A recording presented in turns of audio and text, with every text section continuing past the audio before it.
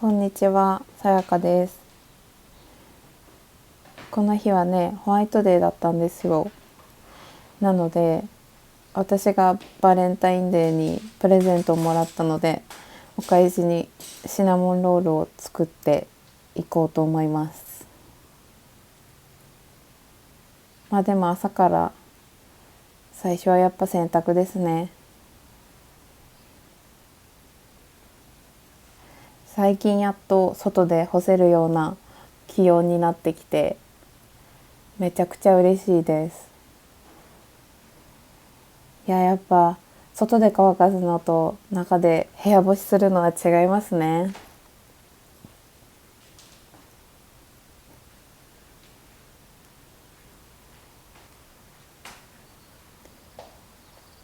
鳥の声がすごいいいんですよ。ここのお家。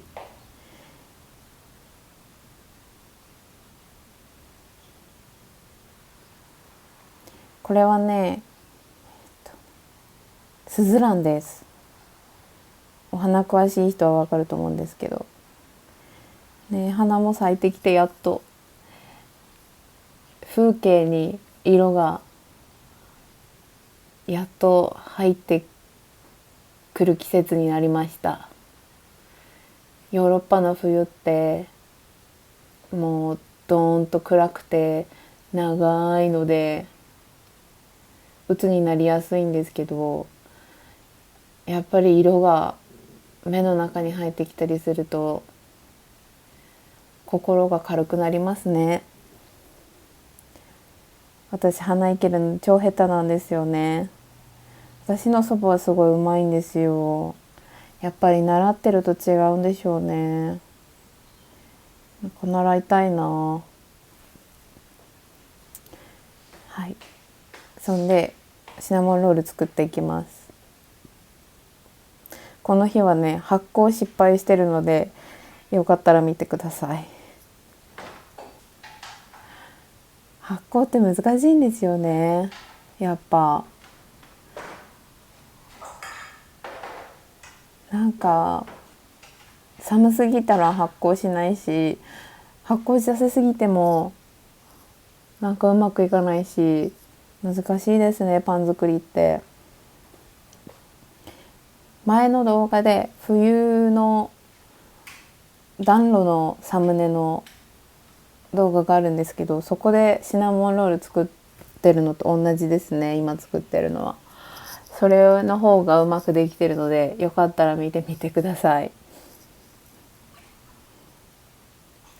レシピは一緒です。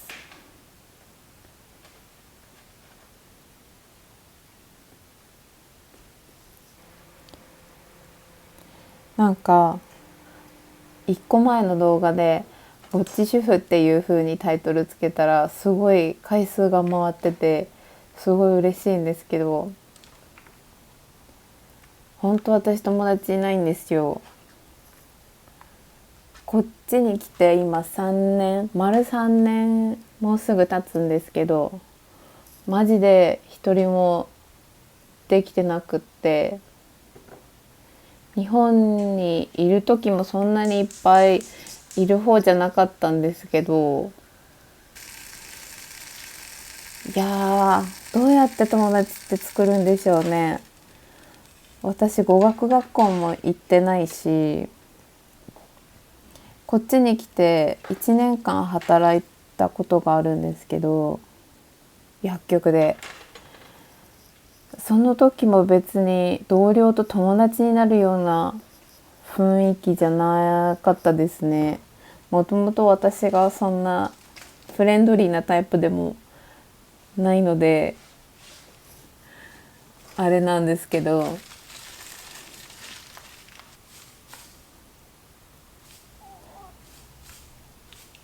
もともとお家が好きだし友達少ないっていうスタンスで日本でも過ごしてたんで、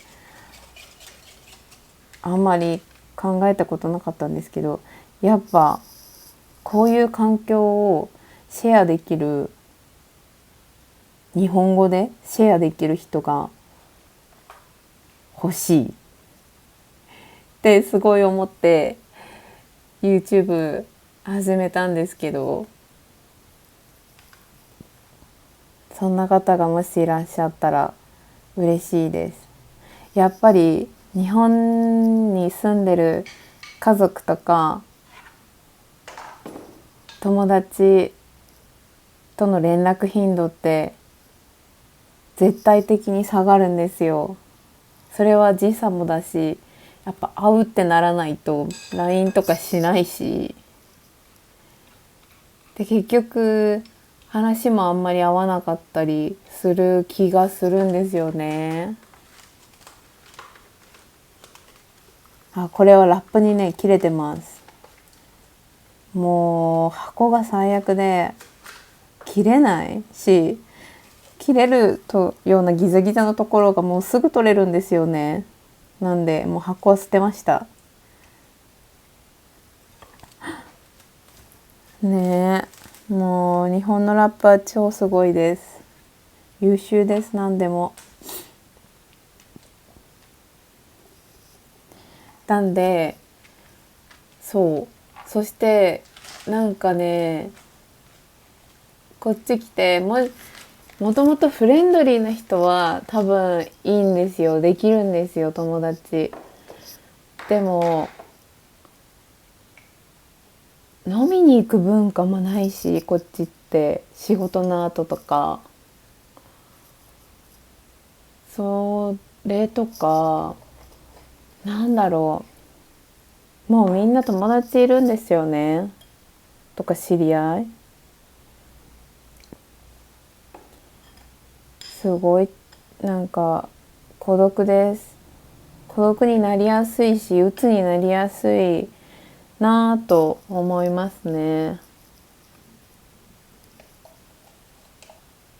そしてやっぱり第二言語で自分の感情とかを表すのって結構難しくって、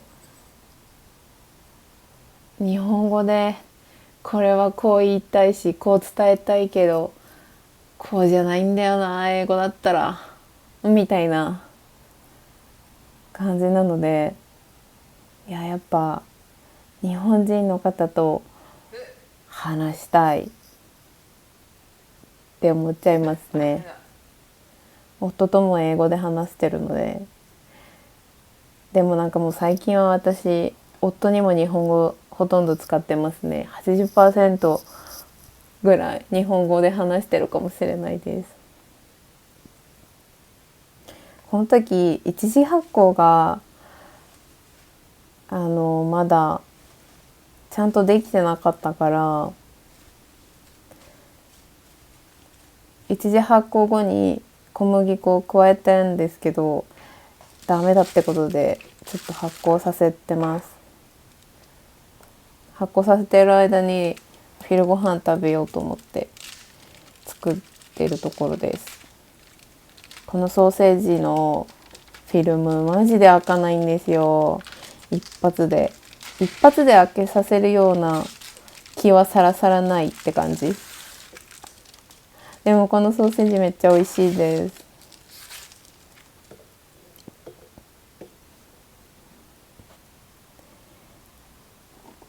これはですね、高山直美先生のレシピを参考に作っております。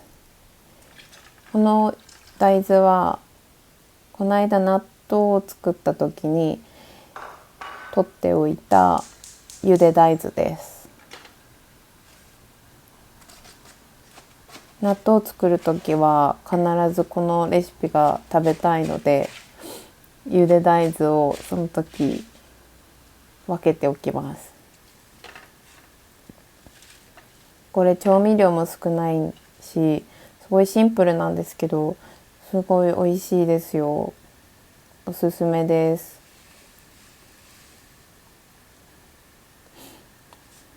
高山直美先生のご飯はやっぱり美味しいなってつくづく思いますね。なんかあんまりいろんな調味料は使われないんですけど、なんでこんなに美味しいんでしょうね。ゆっくりゆっくり弱火でコトコトみたいな料理が多い気がしますね。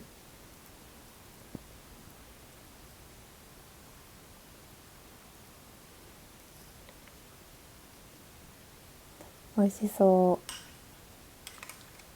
う。まだこのソーセージ家で余ってるので冷凍してるんですけど、今度また納豆を作るので一緒に食べたいな、これして。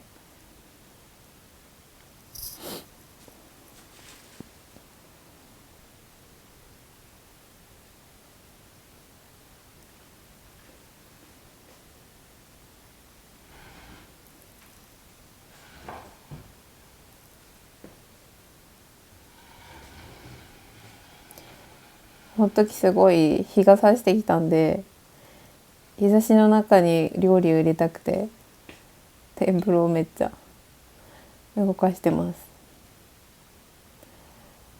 パンスライス1枚なんですけど、ちょっとお腹いっぱいすぎて食べれきれませんでした。めっちゃ発酵できてますね、この時は。この時にね、べちゃべちゃしてるから、やめろ、小麦粉を入れるんだ。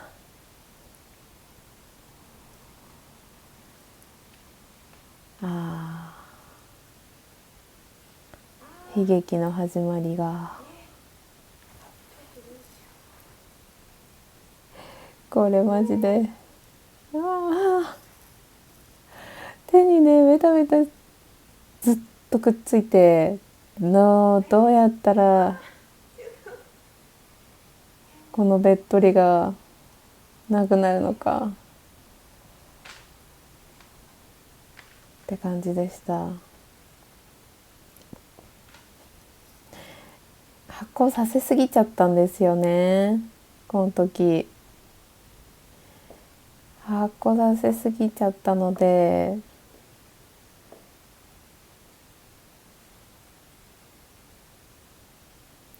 もうなんて言うんだろう、私あんまり発酵させすぎたことがなかったので、どうしたらいいか分かんなくて、発酵がまだできてない状態っていうのがよくあったので、まあ待てばいいかって感じなんですけど、今回は発酵させすぎちゃって生地がもうなんだろう、柔らかく水分もなんだろう、べっとりって感じ、ぐちょぐちょになっちゃって、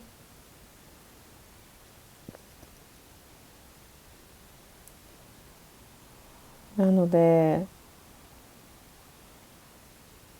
発酵って一番の肝ですね、パンで。私今度フィンランドのシナモンロール作りたいんですよね。私本当はそっちの方が好きで、もともとかもめ食堂を見てシナモンロール作りたいって思ったのでなんですけど、夫がこのアメリカのシナモンロールの方が好きなので、夫のリクエストには応えたんですけど、ホワイトデーなんでね。フィンランドのシナモンロールはカルダモンがいっぱい入ってるんですよね。そこが私は好きですね。アメリカのシナモンロールはやっぱり砂糖とバターの塊って感じが私はします。なのでパンっていうよりもスイーツに近いかもって思うかな。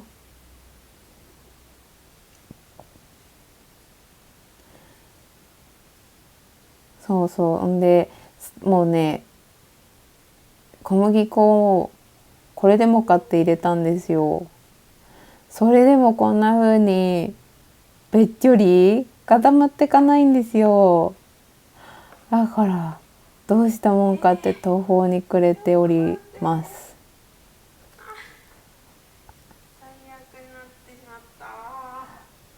この後すごい飛ぶんですけど、もうね絶望して携帯で調べたんですよ。過発酵の時どうしたらいいのかって。それを20分10分ぐらいだったかなしてたら、なんか生地が何もしてないのにまとまってて、ちょっとあれいい感じかもってなったので伸ばせました。生地をここまで。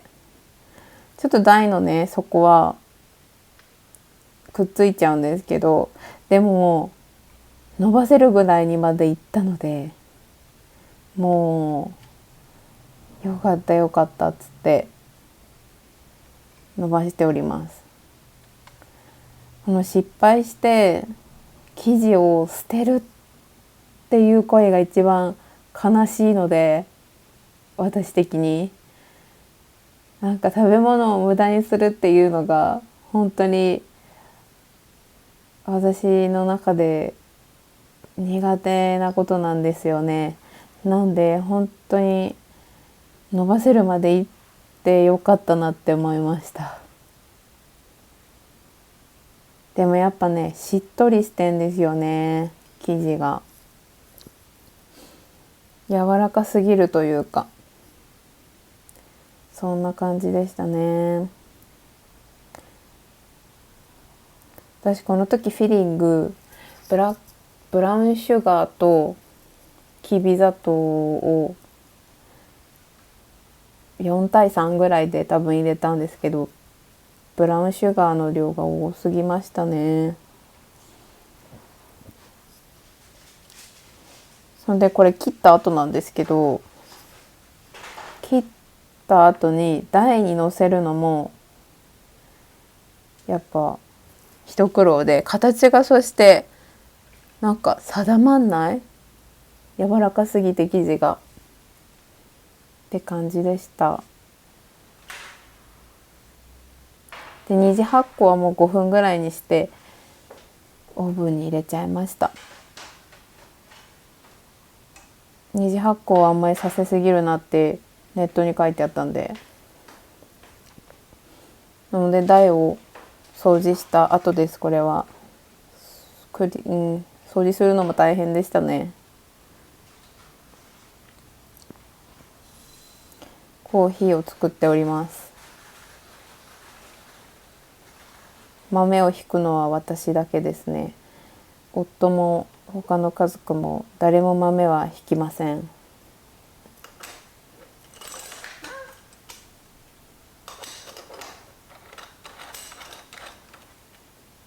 これはやっぱりコーヒーの味が濃く出ますね。モカメーカー超濃ゆいです。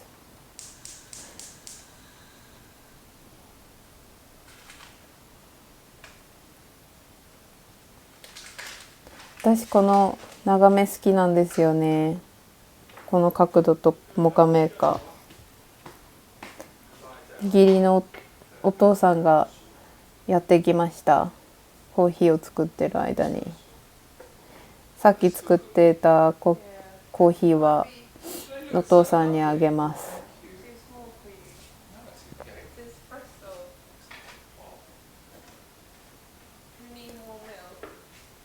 お父さんはねコーヒーがないとダメなんです。ダメなんですよ。そして牛乳が必須。焼き上がってきました。美味しそうにも見えるんですけど、でかすぎる。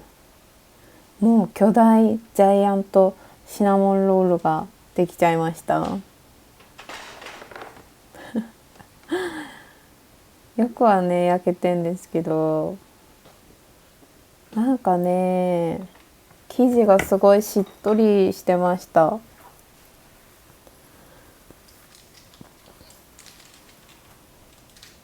美味しかったんですけどね、味は。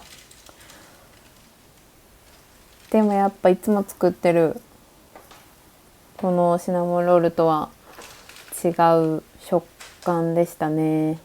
そして巨大。自分のコーヒーを作ってます。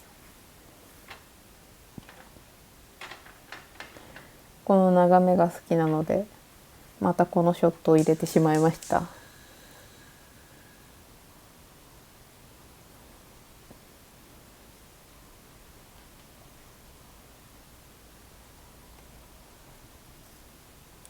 美味しかったですよ。でも今度はやっぱフィンランドのシナモンロールを作るところを動画にしようかな。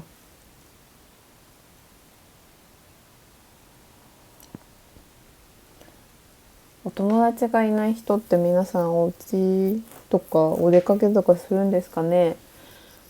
私は結構お家一人でいることが多いんですけど、手芸が好きだし、日本にいた時はやっぱり図書館によく行ってましたね。あと一人で映画見に行ったりしてたんですけど、こっちはねやっぱ図書館英語の本しかないから行かないですね。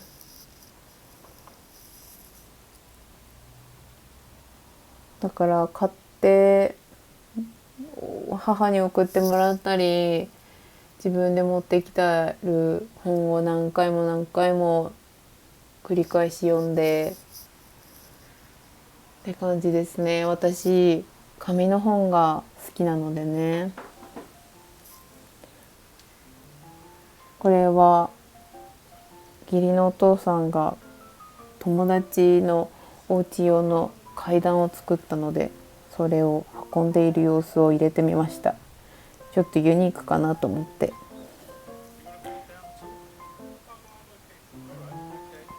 すごいですよね、階段作るなんて。今日もご覧いただきありがとうございました。ではまた次の動画でお会いしましょう。